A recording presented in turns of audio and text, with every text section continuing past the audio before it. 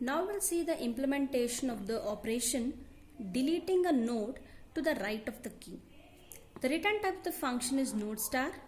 Name of the function is delete right, and it receives two arguments. That is, the first argument receives the address of first node in the list, and second argument receives the key element to be searched for. These are the two local variables we have declared. One is temp pointer, other one is say temp1 pointer. First, we'll check whether the list is empty or not through the condition if first is equal to null. If it is so, print it as an empty list and return null to the calling function. If it is a non-empty list, then take the copy of first node in temp and traverse the list until the list gets exhausted or until you find the key element. If temp is null, you can infer that key element is not found. Display the error message that so and so key element is not found. Otherwise, just check out whether there are any nodes existing in the list. That is, if that key element is last node in the list, then there are no further nodes for deletion. So, if once the loop terminates, just check in the else block if temp of next is equal to null. I told if loop terminates because of failure of second condition, meaning if key element is present, temp pointer will be pointing to that key element. If this condition gets satisfied, that is if temp of next is equal to null, what it means is there is no node existing next to the key element. That means key element is the last node in the list. So what we can do is we can just print a message that no node to the right of the key. Else, if it is not the last node in the list, then we'll take the address of next node after the key element in temp1 pointer through the statement temp1 is equal to temp of next, and we'll establish the link between the next node and the key element. That is after the next node, that is second node after the key and the key element. Temp of next is equal to temp1 of next.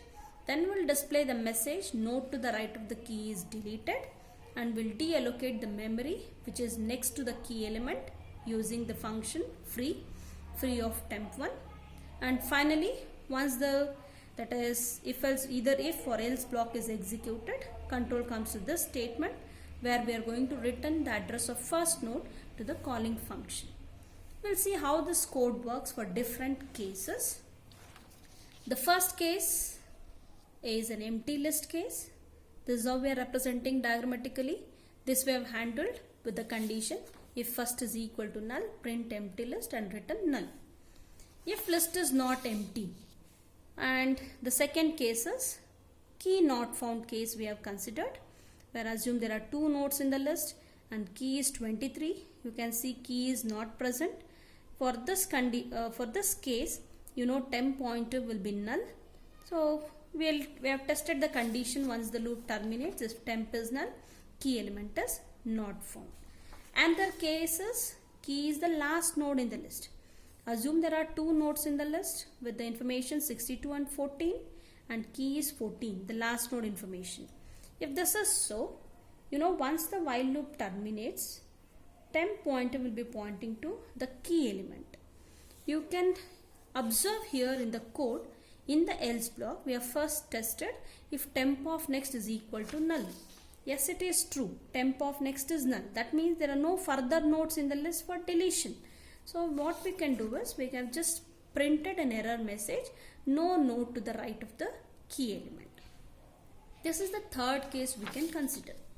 The last case we have to handle is if key is an intermediate node.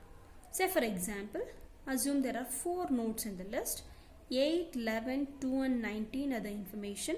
Key element is 11.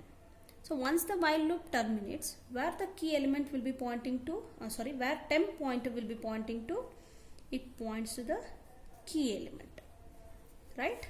And now we have to delete the element or the node which is to the right of the key. That means we have to delete the node with information 2.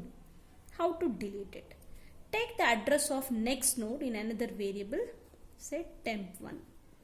We have written the statement temp1 is equal to temp of next. So temp1 points to this node which is to be deleted. Then establish the link between the key element and the second node after the key element in the list. So how to establish the link between this node with information 11 and 19? So temp of next is equal to temp1 of next.